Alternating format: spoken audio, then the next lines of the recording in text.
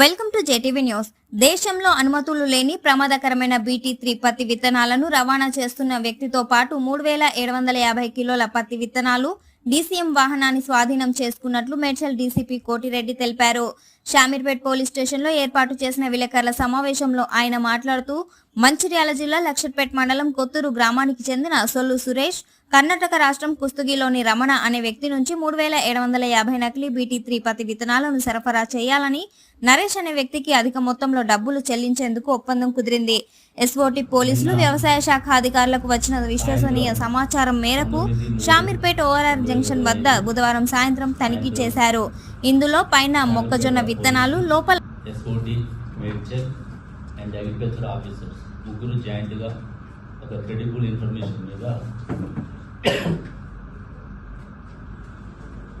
నిషేధిత నకిలీ పత్తి విత్తనాలు సుమారుగా 3750 కేజీల సీడ్స్ని సీజ్ చేయడం జరిగింది. దాంతోపాటు ఒక DCM వెహికల్, డ్రైవరు అదుపులో తీసుకోవడం జరిగింది.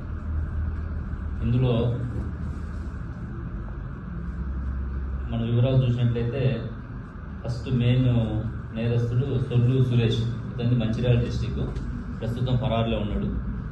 మనకి DCMలో దొరికినటువంటి వ్యక్తి సులిమల్ల నరేష్, ఇతను జన్నారం మండలం, మంచిర్యాల డిస్టిక్, DCM ఓనర్ మరియు డ్రైవర్ ఇతనే.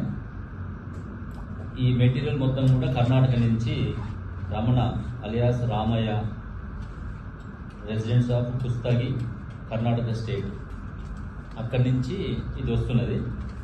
ఎవరైతే A1 ప్రధాన నిందితుడు సురేష్ ఉన్నాడో, సురేష్ అక్కడ ఉన్న కర్ణాటకలో ఉన్నటువంటి రమణతోటి మాట్లాడుకోవడము, ఇది ఆల్రెడీ బ్యాండ్, ఇక్కడ మన దగ్గర దానికి పర్మిషన్ లేదు, ఎక్కడ లేదు, ఇక్కడే కాదు కర్ణాటక లేదు, ఇండియాలో ఎక్కడ లేకపోయినప్పుడు కూడా వాళ్ళు రైతులు మభ్యపెట్టి వాళ్ళు సొమ్ము చేసుకోవాలనే ఉద్దేశంతో ప్లాన్ చేసుకొని ఈ DCM ఎంగేజ్ చేసుకొని అతనికి నరేష్ అనేటువంటి వ్యక్తికి ఎక్కువ కిరాయి ఇచ్చి, నార్మల్గా అయితే రారని చెప్పేసి ఎక్కువ కిరాయికి ఇచ్చేసి ఇతను ఎంగేజ్ చేసుకోవడం జరిగింది. ఇతను కూడా ఆ విషయం తెలుసు.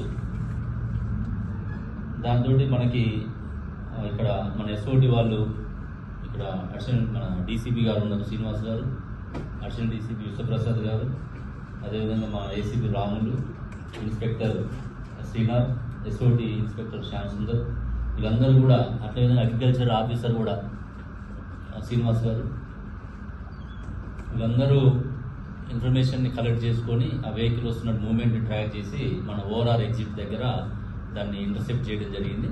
చేసి ఇమీడియట్గా అందులో ఉన్న మెటీరియల్ కూడా శాంపుల్స్ తీయటము, దాన్ని ప్రైమరీగా టెస్ట్ చేసుకోవటము, అవి బ్యాండ్ ఐటమ్స్ అని మనం నిర్ధారణ చేసుకున్న తర్వాత ఇమీడియట్గా పోలీస్ స్టేషన్ తీసుకొచ్చి కేసు రిజిస్టర్ చేయడం జరిగింది. అండర్ సెక్షన్ మనకి పాత సెక్షన్ IPC అయితే 420 IPC, BNS యాక్ట్ ప్రకారం 318 and environmental protection act, 19 of seeds act, ఇవన్నీ కూడా సెక్షన్స్ పెట్టి వీళ్ళని అదుపులోకి తీసుకోవడం జరిగింది.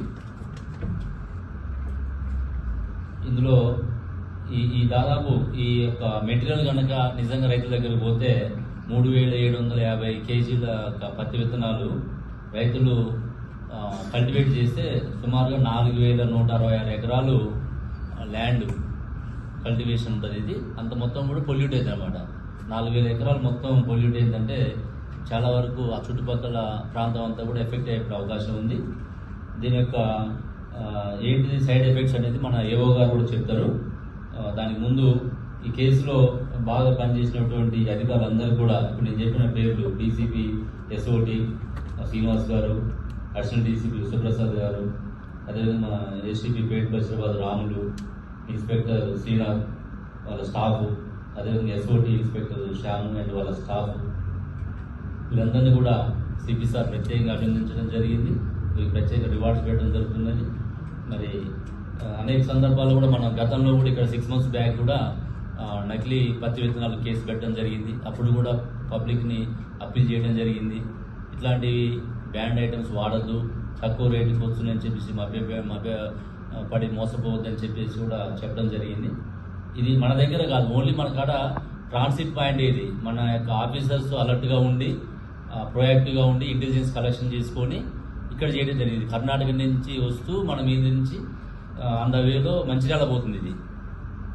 అయినా కూడా మనము దీన్ని ఇంటర్సెప్ట్ చేసి పట్టుకోవడం జరిగింది. కాబట్టి వాళ్ళందరినీ కూడా నేను ప్రత్యేకంగా అభినందిస్తూ దాదాపు 98 లక్షల వర్త్ ఉన్నట్టు